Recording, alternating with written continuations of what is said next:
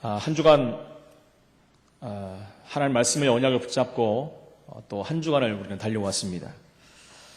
정말 우리가 기도 속에서 일을 하게 된다면 좋은 일이든지 안 좋은 일이든지 사실은 모든 것이 응답으로 오게 됩니다. 기도 응답을 받으면은 뭔가가 이렇게 편안하고 기쁘고 뭔가 이렇게 채워진 것 같은 느낌을 받을 수가 있습니다. 사람을 만날 때도 우리가 기도하면서 만나고 또 어떤 사건과 문제가 왔을 때도 우리가 기도하면서 문제 속에 하나님의 계획을 발견한다면 모든 것이 합력하여 선을 이루는 하나님의 응답과 축복 속에 있게 됨을 우리는 알게 될 것입니다. 반면에 우리가 기도 응답을 못 받는다면 왠지 공허하죠. 공허하고 그것 때문에 다른 대책을 또 세울 수밖에 없는 것입니다. 다른 방법들, 또 다른 길, 이런 것들을 또 찾게 된다는 것입니다. 우리가 기도 응답을 받으면 모든 것이 달라 보입니다. 하나님 주신 힘이 생기죠. 당연히 힘이 생기고 또 하나님의 인도를 받게 됩니다. 그런 일들이, 그런 날들이 지속되면은 신앙생활에 성공했다라고 볼 수가 있는 것입니다.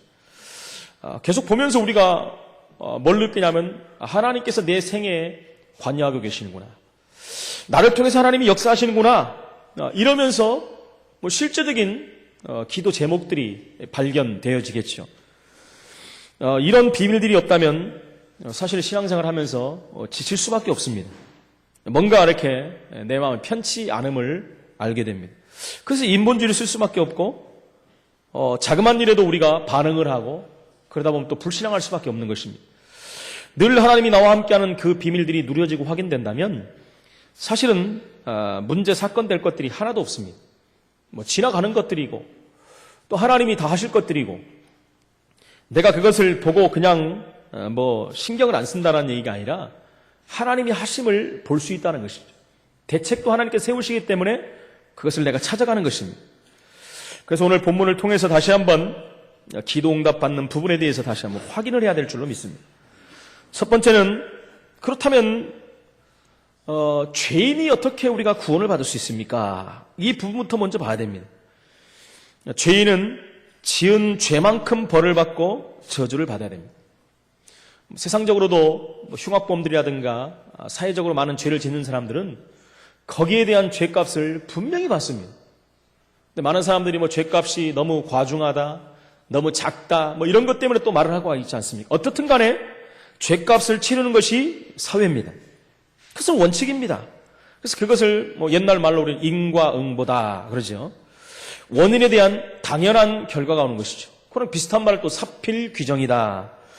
모든 잘잘못은 반드시 바른 길로 돌아온다. 그것을 또 이제 불교 용어로는 또 업보다라는 말을 씁니다. 지은 대로 받는다. 선업을 받든지 악업을 받든지 선한 일을 했으면 선한 일로 받고 악한 일을 했으면 악한 일로 받는다. 이런 말들을 하고 있는 것입니다. 그래서 이제 옛날부터 성선설이니 성악설이니 인간의 본성에 대해서도 말하고 있지 않습니까? 우리가 아무리 바르게 살아도 죄를 짓습니다. 사실은 모르고 짓는 죄는 더 많은 것 같습니다. 알고도 그냥 죄를 짓고 넘어가는 사람들도 굉장히 많습니다. 죄를 지어도 그래서 괜찮다라가 아니라 죄를 해결할 길이 없고 죄를 해결할 방법이 없다라는 것입니다. 세상 사람들은 그래서 그것이 죄책감으로 죄의식으로 다가오기도 합니다. 이게 계속된다면은요, 결국은 사단이 이 죄를 악용하게 되는 것이고, 이 죄에 깊이 들어가는 사람들을 보면요, 결국은요, 정신문제까지 와버려요. 그리고 뭔가 착하게 살고, 올바로 살아야 됐다. 그런 사람들이 이 죄 문제를 해결하지 못하면, 가장 가깝게 오는 것이 정신문제라는 것입니다. 이런 사람들을 굉장히 많이 볼 수가 있는 것이죠. 죄가 무엇입니까? 먼저 죄부터 우리가 알아야 되는데, 죄가 뭔지를 모른다는 것입니다. 죄라는 것은 하나님을 떠나서 하나님께로부터 받은 축복을 다 잃어버린 것입니다. 그렇죠. 하나님과 함께 함으로 말미암아 오는 축복들을 다 잃어버리는 거예요. 죄라는 것 때문에. 그래서 죄 중에는 무슨 죄가 있습니까? 자범죄가 있죠. 자범죄는 뭡니까? 스스로 짓는 죄. 남을 미워하고 욕하고 훔치고 죽이고 시기하고 질투하고 이런 모든 것들을 우리는 자범죄다. 그래서 내가 실제로 짓는 죄이기 때문에 우리 자신들이 죄를 진 거는 느낄 수가 있고 확인할 수도 있습니다. 그런데 조상의 죄라는 게 있습니다. 내가 짓지도 않은 죄인데도요, 조상이 우상 숭배한 것 때문에 가문에 흐르는 영적 문제로 후손들이 자손들이 어려움을 당한다는 것입니다. 이걸 어떻게 해야 되겠습니까? 나는 죄를 진 게 없는데 조상이 지은 죄 때문에, 우상 숭배한 죄 때문에 내가 거기에 대한 대가를 받고 있다는 것입니다. 그런데 죄 중에 죄가 뭡니까? 원죄지요. 모든 죄의 뿌리가 원죄라는 것입니다. 원죄는 뭡니까? 창세기 3장에 임한 영적 문제인 원죄입니다. 바로 하나님을 떠난, 하나님을 불순종한 죄지요. 사단의 말을 듣고 하나님의 말씀을 어긴 죄입니다. 그것이 원죄입니다. 여러분, 그게 나와 무슨 상관이 있습니까, 사실은? 아니, 아담과 하와가 죄였는데 왜 내가 그 죄를 져야 됩니까? 그 죄 때문에 내게까지 문제가 왔다라는 거예요. 많은 사람들이 그래요. 복음 전하다 보면 많은 사람들이 그런 얘기를 합니다. 아니, 내가 알지도 못하는 그 아담과 하와가 지은 죄가 왜 내게 저촉이 되냐? 그래서 불공평하지 않느냐? 이런 말을 하는 사람들을 많이 찾아볼 수가 있습니다. 그래서 불공평할까봐 하나님은 공평의 하나님이시기 때문에 거기서 빠져나오는 길을 주신 것입니다. 사실은 아무 연관이 없는 게 아니라 아담의 후손이기 때문에 그래요. 그 피로 난 자들은 죄의 피의 그 속성을 가지고 다 나온다는 거예요. 세상 우리가 알아듣기 쉬운 말로 유전자를 갖고 태어나는 거죠. 죄의 유전자를 갖고 태어나는 것입니다. 그래서 그거는요, 내가 거부한다고 안 되는 게 아니라 거부할 수도 없고 바꿀 수도 없고 해결할 수도 없는 죄라는 것입니다. 그래서 하나님께서는 여기에서 해결하는 길을 우리에게 주셨다는 것입니다. 여기서 제외될 자, 열외된 자는 단 한 명도 없습니다. 성경의 로마서 3장 10절에 보니까 의인은 없나니 하나도 없다. 단 한 명도 없습니다. 로마서 3장 23절에 보니까 모든 사람이 죄를 범하였음에 하나님의 영광이 이르지 못했다. 그래서 죄의 삭은 사망이라고 로마서 6장 23절에 말씀하고 있습니다. 우리가 해결할 수 없기 때문에, 이 문제를 해결할 다른 사람도 없기 때문에, 왜요? 전부 죄인이기 때문에. 그래서 하나님 편에서 이 구원의 길을 여신 것입니다. 문제 해결의 길을 하나님 편에서 여신 것입니다. 이것을 복음이라고 합니다. 이 빛이 흑암 가운데 비친 것입니다. 어둠 속에 소망도 없는 흑암 가운데 묶여있던 우리에게 그 빛이 비춰진 것입니다. 그래서 요한복음 5장 24절에 우리가 내 말을 듣고 나를 보내신 이를 믿는 자는 영생을 얻었다 그랬어요. 영생을 이미 얻었고 심판에 이르지 아니하나니 사망에서 생명으로 옮겼느니라 라고 말씀합니다. 그 문제를 해결하신 예수님을 영접하는 자, 곧 그 이름을 믿는 자들에게는 하나님의 자녀가 되는 권세를 주신다 그랬어요. 로마서 5장 8절에 왜 그렇습니까? 우리가 아직 죄 가운데에서 벗어나지 못하기 때문에 그래요. 아직 우리가 죄인 되었을 때 그리스도께서 우리를 위하여 죽으심으로 하나님께서 우리에게 대한 자기의 사랑을 확증하셨다. 확인하고 증명하신 것입니다. 그래서 우리는 뭐만 하면 됩니까? 믿으면 돼요. 로마서 10장 9절 10절에 사람이 마음으로 믿어 의에 이르고 입으로 시인함으로 구원에 이르느니라. 입으로 시인함으로 구원에 이르는 것입니다. 우리가 구원 얻을 자격이 없기 때문에 믿음으로 구원받는 거예요. 우리가 뭔가 노력하고 열심을 내고 뭔가 할 수 있는 것이 없기 때문에 하나님 편에서 다 끝낸 겁니다. 그 사실을 믿음으로 구원을 받는 거예요. 해결할 수 없기 때문에 하나님께서 직접 이 문제를 해결하시고자 사람이 되셔서 이 땅에 오셨다는 거예요. 사람이 되셔서 이 땅에 오셨어요. 해결할 길이 없기 때문에 용서밖에 없는 것입니다. 우리가 노력 열심히 하고 해결할 그것을 문제를 없앨 수가 없어요. 그래서 어떻게 해요? 용서함으로 끝나는 것입니다. 용서함으로 끝난다는 것입니다. 하나님이 오셔야 될 만큼 우리 인간은 중대한 문제에 빠진 것입니다. 그래서 은혜로 구원 얻음이 깨달아지면 사실적인 기도응답이 그때부터 시작되는 것입니다. 우리가 받은 구원이 얼마나 엄청난 것이고 내 노력과 열심으로 받은 것이 아니고 하나님이 은혜로 받았다는 것을 깨닫는다면 그때부터 실제적인 기도응답이 시작이 되는 것입니다. 그렇다면 두 번째로 참으로 우리는 기도응답을 받을 수 있습니까? 여기에 대해서 우리가 자문자답을 좀 해봐야 됩니다. 그러기 위해서는 어둠이 무엇인지 알면 됩니다. 어둠이 무엇이고 흑암이 뭔지를 안다면 구원의 내용을 알게 됩니다. 구원의 내용을 안다면 우리는 담대한 사람이 되는 것이죠. 우리가 어디에서 어떻게 구원을 받았고 내 신분이 지금 어떻게 변했는가, 내 상태가 어떤 상태인가를 알게 된다는 거예요. 그러면 담대한 삶을 살 수 있다는 것이죠. 그렇게 된다는 것은요, 빛이 무엇인지를 알게 되는 것이죠. 그 빛으로 말미암아 우리가 구원을 받았는데, 이때부터 실제적인 기도 응답이 시작되는 것입니다. 창세기 1장 3절에 보니까 빛이 있으라 하시니 빛이 있었다. 어디에요? 흑암과 혼돈과 공허 속에 빛이 임한 것입니다. 빛이 임함으로 말미암아 모든 것이 회복된 것입니다. 그래서 이사야 60장 1절로 22절에 보니까 일어나라 빛을 발하라 이는 내 빛이 이르렀고 여호와의 영광이 내 위에 임하였느니라. 빛이 임해버렸으면 흑암은 당연히 도망가는 것입니다. 빛이 임하면 악한 세력은 떠나갈 수밖에 없는 거예요. 그래서 그 빛을 뭐라고 하면, 그 빛이 임하면 생명이 살아나는 거예요. 흑암이 무너져 버렸어요. 그래서 베드로전서 2장 9절에는 그 빛을 기이한 빛이다 라고 말씀하고 있는 것입니다. 그런데 요한복음 1장 12절에 보니까 자기 땅에 오셨는데 자기 백성이 영접하지 않았다는 거예요. 예수님을 영접하지 않았다는 거예요.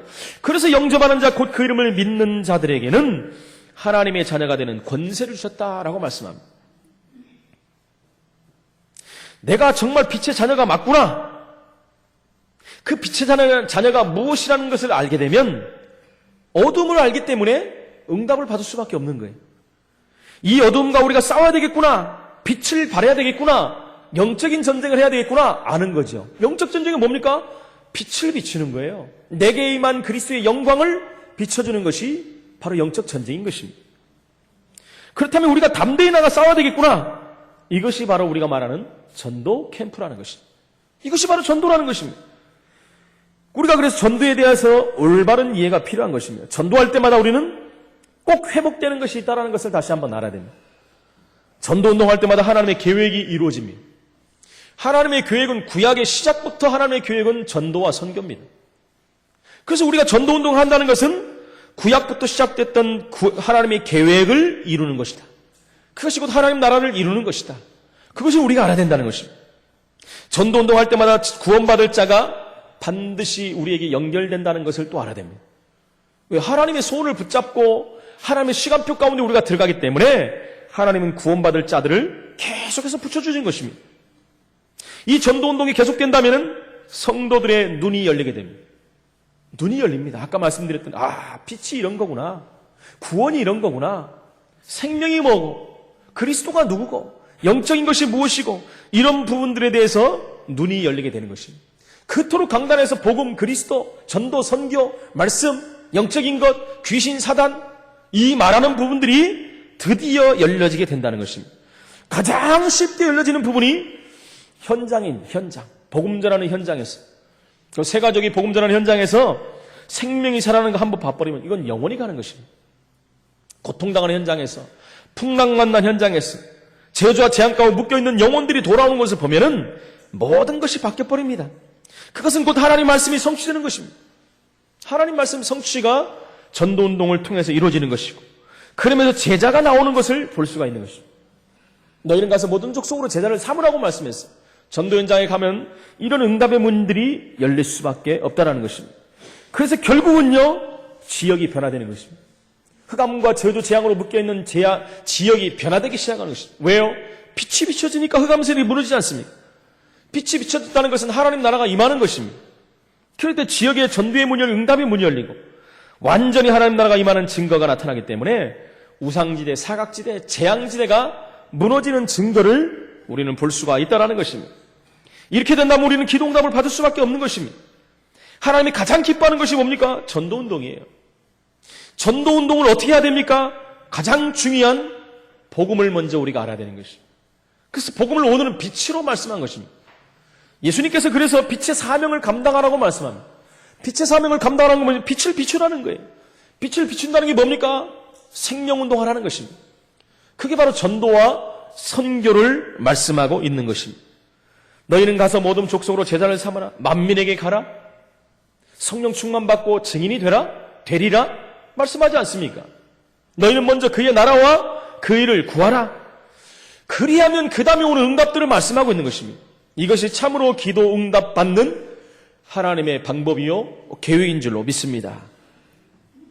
그렇다면 우리는 오늘 유대인들이 왜 성공했으며 유대인들이 왜 실패하는가 이 부분들을 보고 오늘 우리가 다시 한번 준비하는 하나님의 백성이 되어야 될 줄로 믿습니다. 유대인들은 육신적으로 보면 완전히 성공한 사람들이었습니다. 왜 성공합니까? 성공할 이유를 알았는데 그걸 모르고 있어요. 오늘 말씀처럼 등불을 등경 위에 둬야 되기 때문에 그래요. 등불이 등경 위에 있어야지 모든 것을 비출 수가 있습니다. 근데 그 밑에 있으면 비출 수가 있습니까? 그 있는 주위밖에 붙일 수가 없어요. 그러니까 등경 위에 등불을 비치면은, 등불을 놓으면은 결국 모든 것을 비출 수가 있는 것입니다. 그렇기 때문에 하나님이 그들에게 이 엄청난 성공의 축복을 주신 것입니다. 성공의 이유가 뭡니까? 빛을 비추라고요. 근데 이스라엘 백성 유대인들은 이걸 놓친 것입니다. 그래서 유대인들을 뭐라고 합니까? 세계에서 제일 축복받은 민족이다라고 표현하지 않습니다. 창세기 12장 1절로 3절에 보니까 하나님께서 그 민족 가운데 아브라함을 먼저 부른 것입니다. 너는 너의 고향과 친척과 아비집을 떠나 내가 네게 보여줄 땅으로 가라. 내가 보여줄 땅으로 가라. 우상과 저주 재앙의 도시에서 끄집어내가지고 메시아 오실 땅으로 가라 그랬어요. 여러분 이것이 가장 큰 축복인 줄로 믿습니다. 그래서 세계에서 제일 축복받은 민족이에요. 수많은 민족이 있고 수많은 가정이 있고 가문이 있는데 그 가운데서 아브라함을 뽑아낸 것입니다. 유대인 이스라엘 백성 중에서 택하시고 거기에서 바로 아브라함을 뽑아내신 것입니다. 그리고 말씀을 주신 것입니다. 다른 민족에게 알게 하려고, 그렇죠? 모든 민족을 살리려고 이 엄청난 축복을 주셨어요. 우리가 알지 않습니까? 유대인들은 세계에서 가장 우수한 민족으로 평가를 합니다. 인구가 1,400만이 됩니다. 그 중에 590만이 미국에 살아요. 590만 명이 미국에 삽니다. 굉장히 많죠? 자기 자국에 사는 사람보다 미국에 사는 사람이 더 많아요. 자국에 사는 사람들은 530만 정도가 산다고 합니다. 나머지는 전 세계에 흩어져 있죠. 우리가 늘 노벨상을 이스라엘 유대인들이 3분의 1을 가져갔다 그러지 않습니까? 통계상 보니까 1901년부터 노벨상을 이렇게 수상한 그 해부터 2006년까지 750개의 노벨상 중에서 23%인 170명이 수상했다고 합니다. 여러분 올해가 벌써 113회 노벨상을 수상한 때입니다. 그런데 올해 노벨상이 6개 분야의 공동 수상자까지 하고 12명이 받았는데 여러분 12명 중에 6명이 유대인들이에요. 50%잖아요. 굉장한 숫자입니다. 세계 제1의 부자 나라의 가장 비싼 땅이 뉴욕입니다, 여러분. 뉴욕. 그러다 보니까 미국에서 그 프로야구가 얼마나 유명합니까? 최고 부자 구단이 뉴욕 양키스예요. 어마어마한 막대한 돈을 뿌리고 선수들이 이렇게 스카우트해 갑니다. 그렇죠? 그 중에 맨하탄에 있는 건물들, 그 건물들이 최고 비싼데 40%를 유대인들이 소유하고 있다는 거예요. 대단하지 않습니까, 여러분? 미국의 100대 부호 중 20%가 유대인들이에요. 여러분, 유대인들이 이만큼 축복을 받았다는 거예요. 그걸 알려고 제가 통계를 좀 잡아본 것입니다. 그리고 아이비리그 대학 교수가 20%입니다. 하버드생 35%가 유대인입니다. 대단하지 않습니까? 여러분, 뉴스 듣다 보면 경제면에 보면 이런 말이 많이 나와요. 미국의 연방준비은행 FRB라는 말을 많이 듣습니다. 그것이 미국 정부의 소속이 아닙니다. 그게 유대인 소속이에요. 개인 소속입니다. 제가 말씀 준비하다 보니까 이걸 또 알게 됐습니다. 미국 전국에 이런 은행이 12개가 있는데 이런 은행이 모여가지고 연방준비은행 재단이 된 것입니다. FRB 약자로. 바로 유대인들의 은행입니다. 그래서 당연히 거기를 주도하고 있는 사람 우리가 많이 뉴스에 많이 들었어요. 이런 버냉키라는 사람, 그린스핀 이런 사람들이 전부 유대인입니다. 세계 경제를 완전히 쥐고 있는 사람들이죠. 미국 변호사의 30%가 유대인이라고 합니다, 여러분. 이 FRB가 미국 달러에 대한 화폐를 발행하는 그런 권한이 있는데요. 그러면 통화량도 조정할 수 있는 권한을 가진 것입니다. 그러니까 다시 말하면 세계 경제를 유대인들이 쥐락펴락하는 거예요. 자기 마음대로 하는 것입니다. 아무나 건들 수가 없죠, 유대인들을요. 여러분, 유명한 사람들이 엄청나게 많은데 여러분들이 알만한 사람만 제가 몇 명 이렇게 좀 소개하겠습니다. 초대 대통령 조지 워싱턴, 또 루즈벨트 대통령, 우리 잘 아는 헨리 키신저, 토마스 에디슨, 아인슈타인, 또 누굽니까? 콜럼버스, 스티븐 스필버그, 우리 영화 감독 유명하지 않습니까? 갈릴레오, 뉴턴, 프로이드, 에디슨 아까 했죠. 스피노자, 엘빈 토플러, 맨델스존, 쇼팽, 샤갈, 찰리 채플린, 록펠러, 빌 게이츠, 로스차일드, 스티브 발머, 거의 다 유대인입니다. 여러분, 모든 방면이에요. 이것도요. 한 방면, 몇 가지 분야가 아니라 모든 분야의 유대인들이 거의 독식을 하고 있다고 보면 됩니다. 이 정도로 하나님이 축복을 줬어요. 이 정도로 성공의 비밀을 준 것입니다. 근데 유대인들이 깨닫지 못하는 것입니다. 그래서 저는 그런 생각을 해봅니다, 여러분. 우리 한국 사람들을 제2의 유대인이다라고 많이 말하지 않습니까? 영적으로도 그렇고 육신적으로도 그래요. 우리나라가 얼만큼 큰 축복을 지금 받고 있는지 여러분들이 더 잘 아십니다. 사실은요, 나라도 둘이 쪼개지고, 그러죠. 지하 자원도 별로 없고, 사실은 북한의 지하 자원들이 훨씬 많아요. 우리나라보다. 우리나라 민족성이 그렇게 좋은 것도 아니고. 근데요, 첨단을 달리는 시대에 우리 민족이 지금 최상위권에 포진되어 있다는 것입니다. 여러분 혹시 아시는 분들이 있나 몰라도 한국인의 평균 IQ가 몇 위쯤 되겠습니까? 세계에서. 세계 1위입니다, 여러분. 우리나라 IQ가 세계 1위예요. 평균 106이랍니다, IQ가. 유대인들이 우리나라 따라오지도 못한대요, IQ를 따지면. 여러분들 알지 않습니까? 무슨 수학 경시대회니, 무슨 경진대회니 하면 한국 사람이 싹 휩쓸잖아요. 그 정도로 머리가 비상한 거예요. 근데 그런 비상한 머리들이 하나 돼버리면 끝나는데, 다 쪼개져가지고 자기가 잘났다 해버리니까 이게 안 되는 거예요. 근데 유대인들이 잘하는 게 뭡니까? 그들은 무조건 하나 됩니다. 무조건 하나 되니까 세계를 정복할 수 있는 거예요. 근데 우리나라가 가능성이 너무너무 많이 있어요. 그죠?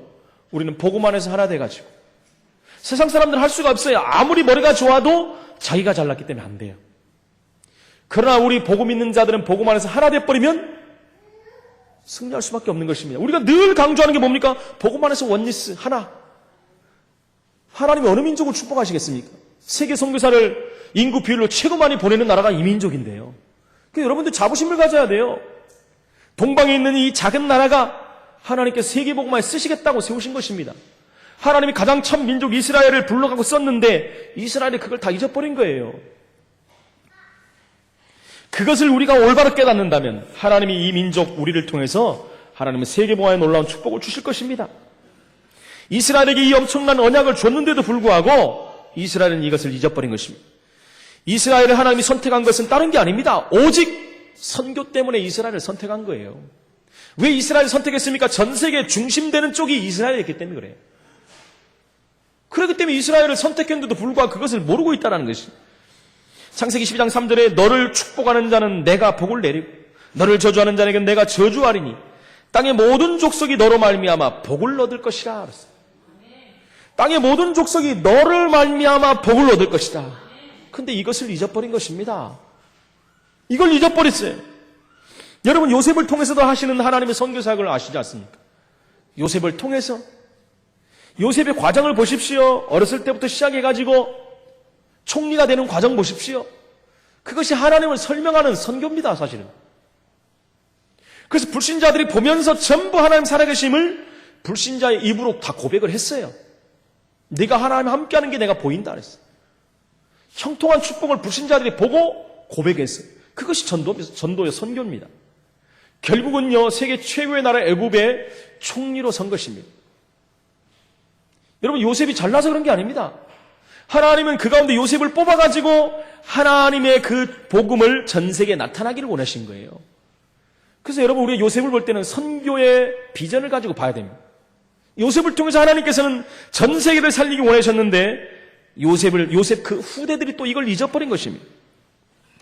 역시 마찬가지입니다. 출애굽을 통해서도요, 여러분 그것은 선교운동을 하나님이 하신 거예요. 선교하러 보낸 그 애굽에서 선교운동이 안 되니까 결국 노예가 돼버렸고요. 근데 하나님은 다시 그들을 통해서 선교운동을 일으키셔갖고 거꾸로 이제 가는 것입니다. 나오면서 하나님의 역사를 또 보여주는 거예요. 하나님의 백성들이 어떤 백성이라는 걸 다시 보여주는 것입니다. 나오는 과정들을 보면서 바로 선교운동이 일어난 겁니다. 처음부터 선교의 중심은 누굽니까? 예수 그리스도. 그렇죠. 유월절 어린 양 피 바르는 날에 절대 안 될 것 같은 그곳에서 해방됐어요. 여러분, 이스라엘 백성들이 무슨 힘이 있어서 출애굽할 수 있습니까?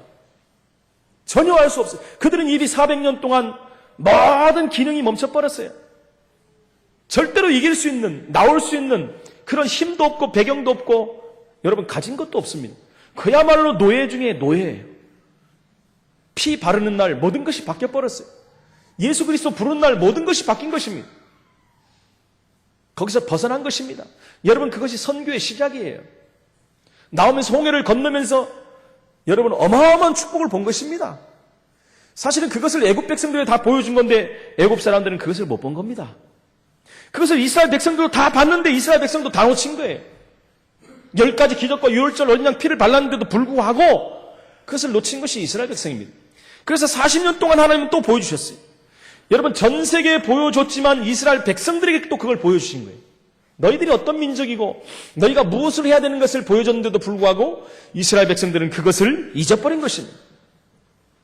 결국은 가나안 땅에 들어가지 않습니까? 7족속 31왕이 하나님 살아계신 것을 보게 된 겁니다. 여러분 그것을 보라고 이스라엘 백성들을 부른 것입니다. 그것이요 시편이고 욥기 모든 구약 성경을 보면 전부 선교 사상에 들어가 있는 거예요. 그런데 이스라엘 백성들은 늘 그것을 잊어버리지 않습니다. 신약에 와서 예수님께서 이 선교의 본을 실제적으로 보여주신 거예요. 전도부터 보여주셔서 선교까지 보여주신 것입니다. 그것을 이어서 한 사람이 누굽니까? 초대교회예요. 또 베드로예요. 바울. 그들의 제자를 통해서 이 선교의 역사가 지금까지 흘러온 것이고 그 선교를 인하여 우리나라가 복음화된 것입니다. 그 선교사들 통해 수많은 순교의 피가 흘려지고 한국교회가 이만큼 세워진 것입니다. 그래서 예수님께서 부활 메시지로 가장 중요한 메시지를 선교 메시지로 준 것입니다. 우리가 잘 알지 않습니까? 마태복음 28장 16절 20절에 너희는 가서 모든 족속으로 제자를 삼아라. 마가복음 16장 13절 20절에 만민에게 가서 치유하라. 사도행 1장 8절에 땅끝까지 이르러 증인이 되리라. 이게 전부 지금 선교에 대한 것입니다. 가장 중요한 것을 예수님이 말씀한 거예요. 심지어 승천하시기 직전에도 이 말씀한 거 아닙니까? 성령 충만 받으면 너희 힘으로 할 수 없기 때문에 성령 충만 받으면 세계 선교의 증인이 되리라 라고 말씀하신 것입니다. 그런데 이것을 이스라엘 백성들이 잊어버린 것입니다. 이 빛을 등경 위에 두어야 되는데 등경 위에 두지 못하고 말 아래 둔 것입니다. 그게 무슨 말입니까? 등경 위에 두어서 모든 민족 백성 전체가 보고 돌아오게 만들어야 되는데 그 밑에 둬가고 자기 민족만 보게 만든 거예요. 그걸 뭐라 그러죠? 선민사상. 선민사상이 완전히 빠져버린 거예요. 이스라엘만 하나님 자녀다. 이스라엘만 하나님 백성이다. 그렇게 선민사상에 빠지게 만든 것입니다. 그것을 더 공고하게 확실하게 만든 것이 뭐냐? 율법사상입니다. 율법사상. 자기 백성만 찾는 거예요. 다른 백성은 뭡니까? 이방인. 사람 취급도 안 하는 사람들이 유대인들입니다. 그리고 그들은요, 결국은요, 종교 의식에 사로잡혔어요. 말씀보다 의식이 더 앞서버린 것입니다. 우리가 잘 아는 그 결과 어떤 일이 벌어졌습니까? 큰 재앙이 이스라엘에게 임한 것입니다. 시대마다 사실은 그것이 하나님의 사랑으로 나타난 것입니다. 그들을 하나님이 저주를 줘갖고 망하게 하는 것이 하나님의 계획이 아니에요. 그들을 깨닫게 하셔갖고 일으키셔가지고 다시 선교운동 할 수 있도록 하나님은 이스라엘을 놓치지 않고 끝까지 붙으신 것입니다. 그렇지 않습니까? 우리가 자식이 말을 안 듣고 엉뚱한 길로 가면은 부모는 당연히 채찍을 대게 돼 있습니다. 하나님이 이스라엘 백성들을 사랑하시기 때문에 채찍을 드신 건데 깨닫지 못하는 거예요. 노예로 갔다가 포로로 갔다가 속국이 됐다가 결국 계속해서 악순환의 고리를 끊어버리지를 못한 것입니다. 우리가 잘 알다시피 그 다음에는 어떻게 해요? 민족이 대학살되는 처참한 지경에 이르는 것을 우리는 확인할 수가 있는 것입니다. 그 정도가 아니라 디아스포라, 전 세계 이스라엘 백성들이 다 흩어져 버렸어요. 다 흩어져 버렸어요. 유례가 없을 정도로 방황하는 민족, 방랑 민족이 돼버린 것입니다. 유례가 없을 정도로 최고 많은 숫자들이 학살이 돼버린 것입니다. 그런데도 지금까지 이스라엘 백성들은 깨닫지도 못합니다. 하나님 은혜 가운데 이스라엘 백성들이 나라를 형성하고 다시 팔레스타인에 들어와서 이스라엘을 건국했는데도 불구하고 하나님의 사랑이 여러분 알지 않습니까? 이스라엘 백성들이 다시 들어와갖고 이스라엘을 건국하는 데 있어서 하나님이 얼만큼 역사했는지 그 역사를 보면 불신자들이 봐도 금방 알 텐데 깨닫지 못해요.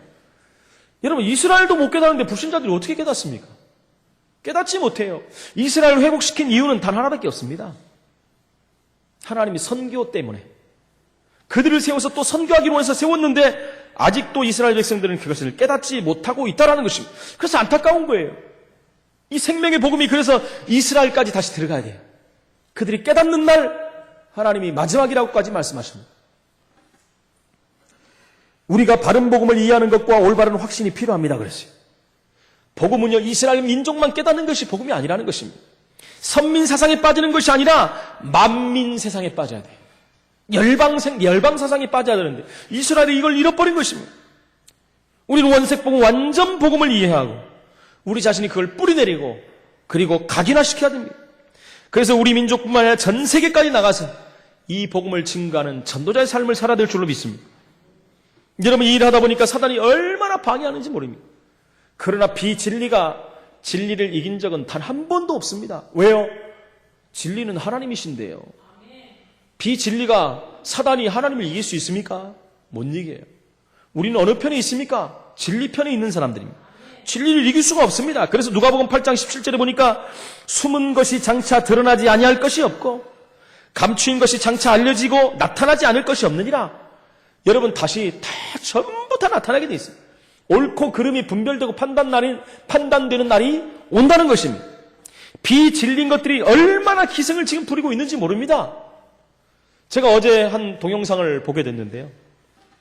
최근에 이만희 씨의 근황 이렇게 해가지고 동영상이 올라왔더라고요. 제가 집사람한테 빨리 오라고 보라 그랬어요. 그들이 추종하는 하나님이거든요. 이만희 씨는. 근데 얼굴이 보니까 그 정도 초췌하고 피골이 상접하고 하여튼 모든 안 좋은 말을 다 붙일 정도로 얼굴 표정이 안 좋아요. 표정은 마귀 같고 그러면서 집사람하고 하는 이게 무슨 하나님 아니라도요 교주가 뭐 이렇게 생겼나 너무나도 보는 사람이 안타까울 정도로 생겼어요. 이 사람들이요 지금 이만희 씨가 이제 중병에 걸려 있다는 말이 있지 않습니까? 그래서 지금 가평의 어디엔가 이렇게 좋은 시설에 있더라고요. 그래서 이제 우리 기독교 이단을 하는 사람들, 이단을 분별하고 판단하고 정죄하는 사람들이 계속해서 추적을 하면서 몇 년 전에 뭘 말했냐면 이 사람들의 이만희 씨의 여자 관계들, 불륜을 저지른 일들에 대해서 이렇게 고소를 한 적이 있는데 그쪽에서 오히려 반대로 고소를 했거든요. 명예훼손죄로. 그래서 이제 법원에서 그게 이제 계류 중에 있는데 이번에 뭘 발견했냐면 그 여자하고 불륜을 한 그 여자하고 같이 있는 모습.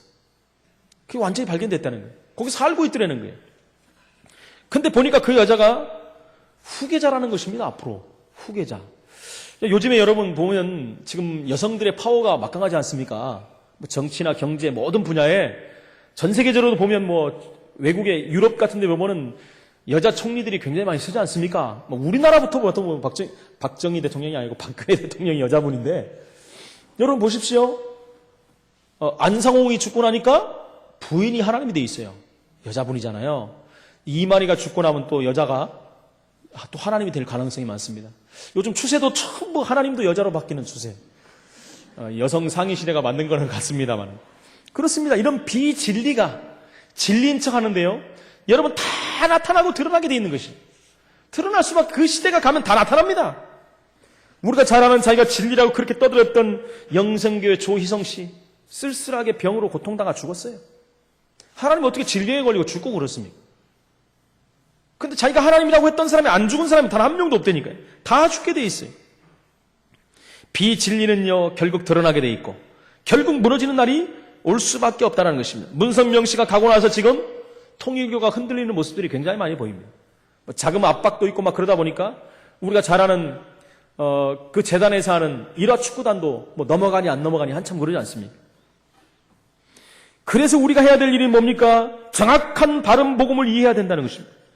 오직 예수가 그리스도라는 복음을 아는 것 정도가 아니라 이 복음이 우리뿐만 아니라 전 세계까지 전달되어지는 것이 올바른 복음이라는 것입니다.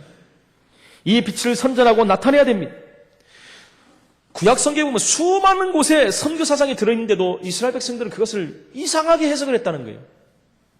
분명히 선교 사상들이 구약에 보면 너무 많이 나와 있어요. 깨닫지 못한다는 것입니다. 하나님께서는 그래서 복음 가진 저와 여러분들을 통해서 이 언약을 전달하는 사명을 주신 줄로 믿습니다. 우리가 이 사명을 감당하지 않는다면 어떻게 하겠습니까? 내 핏값을 내게 찾는다고 또 말씀합니다. 그렇지요? 이 복음을 전하지 않으면 부득불 내게 화가 임할 것이라고 성경은 말씀하고 있습니다. 그 정도가 아니죠. 너희가 하지 않으면 하나님은 돌을 들어서까지도 하실 수 있다고 했습니다. 그렇죠. 이 신성한 일, 이 엄청난 축복된 일, 최고의 인생 가치 있는 일을 복음 가진 저와 여러분에게 하나님이 맡기셨다는 거예요. 그래서 천사도 흠모한다 그래서 이 일을요. 여러분 천사에게 맡기면 당장 금방 끝날 텐데요. 그죠? 하나님이 저와 여러분에게 이 일을 맡긴 것입니다. 결론적으로 말씀드립니다. 여러분 저와 여러분의 생각 때문에 이 하나님의 엄청난 축복을 놓치지 마시기 바랍니다. 나 하나쯤이야가 아닙니다. 이스라엘 백성들이 자기의 생각에 잡혀가지고 선민사상에 빠지고 율법사상에 빠지고 그래서 결국 무너져 버린 것입니다. 우리는 이 생각의 틀에서 벗어나야 됩니다. 벗어나야 돼요. 구원은 전적인 하나님의 은혜구나. 이 부분부터 우리는 새로 시작해야 됩니다. 죄 문제에서 절대로 해결할 수 없기 때문에 사단의 운명과 사주팔자에서 절대 빠져나올 수 없기 때문에 우리 스스로 하나님 만날 수 없기 때문에 하나님의 은혜구나. 구원은 절대적인 하나님의 은혜구나. 이 부분을 알아야 돼요. 그렇다면 이 구원의 축복을 왜 내게 주셨는가? 이 축복을 내가 누리고 지금도 흑암과 어둠 가운데 고통당하는 저 열방에게 가서 비추라고 그랬구나. 나는 빛의 자녀이구나. 여기에 대한 자부심을 가져야 된다는 것입니다. 이제 나는 이 빛을 온 세계에 선전하고 나타내고 드러나기 위해서 살아야 되겠구나. 인생의 참 목적과 이유를 다시 한번 발견해야 돼요. 증인의 삶을 살아야 된다는 것입니다. 그러면서 하나님께서 우선 우리에게 허락하신 7 현장입니다. 우선이지만 영원한 현장이에요. 우리가 7 현장을 살린다는 것은 민족을 살리는 것이고 민족을 살린다는 것은 세계를 살리는 것입니다. 이것이 우리에게 가장 귀한 축복으로 하나님께서 7 현장을 우리에게 맡겨줬다는 것입니다. 7 현장이 흑암과 저주 재앙 가운데 묶여 있습니다. 재앙지대, 사각지대, 우상지대로 바뀌어버렸습니다. 그곳에서 아우성치는 복음받지 못한 그들의 우리가 그 음성을 들어야 됩니다. 또 하나님의 탄식 소리를 들어야 됩니다. 하나님의 소원을 우리가 붙잡아야 됩니다. 우리가 먼저 복음 안에 서야 됩니다. 복음으로 뿌리내리지 않는다면 그들을 살릴 수가 없는 것입니다. 이 아침에 하나님께서는 우리에게 빛의 사명을 감당하라고 말씀하십니다. 우리는 이미 빛을 받은 사람이기 때문에 빛을 비치는 사명을 다 갖고 있는 사람이라는 것입니다. 이 축복을 저와 여러분들이 다시 한번 확인하고 누리고 우리 7 현장에 흑암 가운데 있는 그 현장에 빛을 비치는 전도자의 삶을 사는 축복된 증인으로서는 하나님의 백성들이 되시기를 예수 이름으로 축원을 드립니다. 살아계신 하나님 은혜를 감사합니다. 생명의 빛이 여호와의 빛이 우리에게 임함으로 우리가 구원을 받았고 구원받은 하나님의 자녀이기 때문에 우리에게 빛의 사명을 감당하라고 말씀하는데 하나님 또 우리가 생각에 빠지고 내 고정관념에 빠져서 이 축복을 놓치지 않게 하시고 복음의 빛이 비추어 말미암아 지금도 저주 재앙 고통 가운데 있는 그 영혼들이 살아나며 회복되며 하나님 나라가 임하는 사실적인 응답과 증거가 나타날 수 있도록 주님이 인도하여 주옵소서. 한 주간 우리가 이 말씀을 언약으로 붙잡고 기도하다가 응답의 증거를 보게 하여 주옵소서. 주 예수 그리스도 이름으로 기도합나이다. 아멘.